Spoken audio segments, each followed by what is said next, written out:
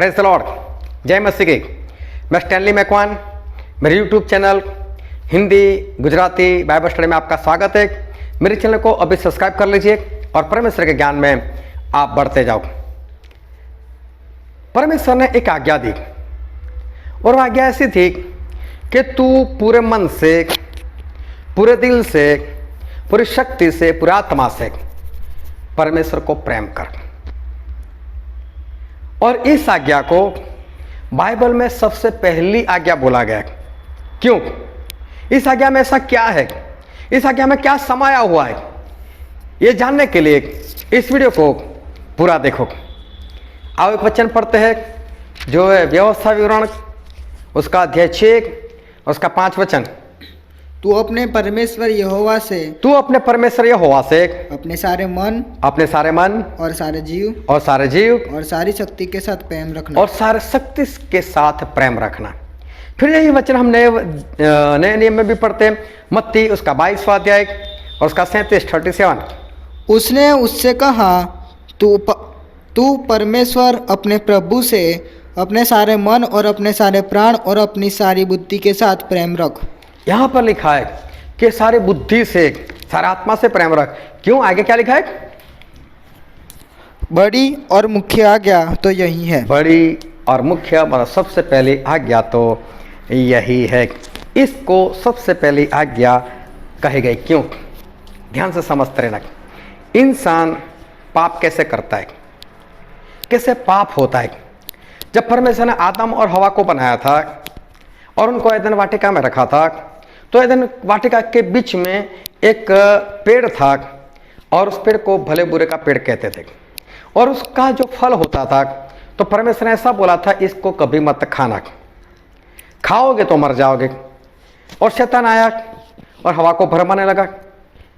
और शैतान ने हवा से बात की कि हे स्त्री, क्या परमेश्वर तुम्हें सारे फल खाने को मना किया? तो बोला नहीं, ऐसा तो नहीं है।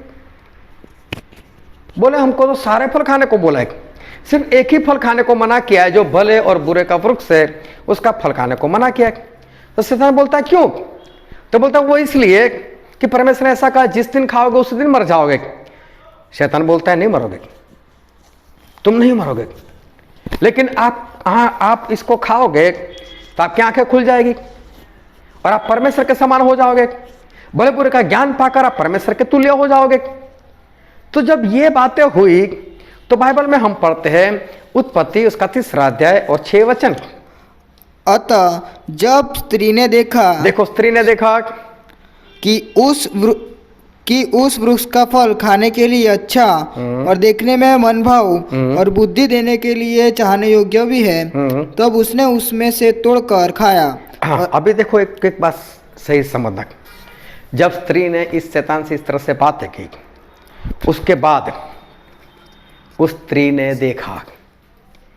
देखा मतलब उसकी आंखों ने देखा, वाह क्या फल है। सोचा किसने? दिमाग ने। पसंद आया उसको, खाऊं मैं, वो दिल को पसंद आया। उसको तोड़ा तो कैसे तोड़ा? अपने हाथों से ऐसे हाथ बढ़ाकर तोड़ा और आत्मा से खाया, टेस्ट आया। अब आप सोचोगे इसमें आत्मा कहां से आया? इसमें आत्मा वाली बात तो है ही नहीं, ये तो सारे शरीर की बात है, लेकिन आत्मा की बात है इसमें। और एक वचन पढ़ते हैं 2 कुरिन्थी उसका 5वां अध्याय और उसका 10 वचन। क्योंकि अवश्य है कि हम सबका हाल मसीह के न्याय आसन के सामने खुल जाए। कि हम सभी का हाल परमेश्वर के न्याय आसन के सामने खुल जाए। कि हर एक व्यक्ति अपने भले बुरे कामों का बदला जो उसने देह के द्वारा किए हो पाए। क्या लिखा है? जो उसने देह के द्वारा किए हो। इंसान मर जाता है तो उसका देह तो मिट्टी में चला जाता है। तो परमेश्वर के सामने कौन खड़ा था? आत्मा खड़ा था। उस आत्मा की बात है कि उस आत्मा ने देह में रहकर जो भी भला और बुरा किया है, तो फल खाने में आत्मा था, आत्मा साथ में था। अभी देखो, आंखों ने देखा, दिमाग ने सोचा बहुत बढ़िया है, दिल को पसंद आया, हाथ ने बढ़ाया, आत्मा से खाया मतलब हाथ बढ़ाते हैं और फल को पकड़ते हैं तो उसको तोड़ने की शक्ति लगती है। तो पाप कैसे हुआ? मन, जीव, आत्मा, शक्ति सब कुछ काम में लगाया, तब एक पाप हुआ। इसलिए परमेश्वर क्या कहते हैं मालूम है? तुम पूरे जीव से, मतलब अपने प्राण से, तुम अपने दिमाग से, अपनी बुद्धि से, तुम अपनी सोच से, अपने हृदय से और पूरी शक्ति से परमेश्वर से प्रेम करो। मतलब सारी बातें परमेश्वर के प्रेम में लगा दो, और प्रेम में लगा दोगे ना तो पाप नहीं होगा।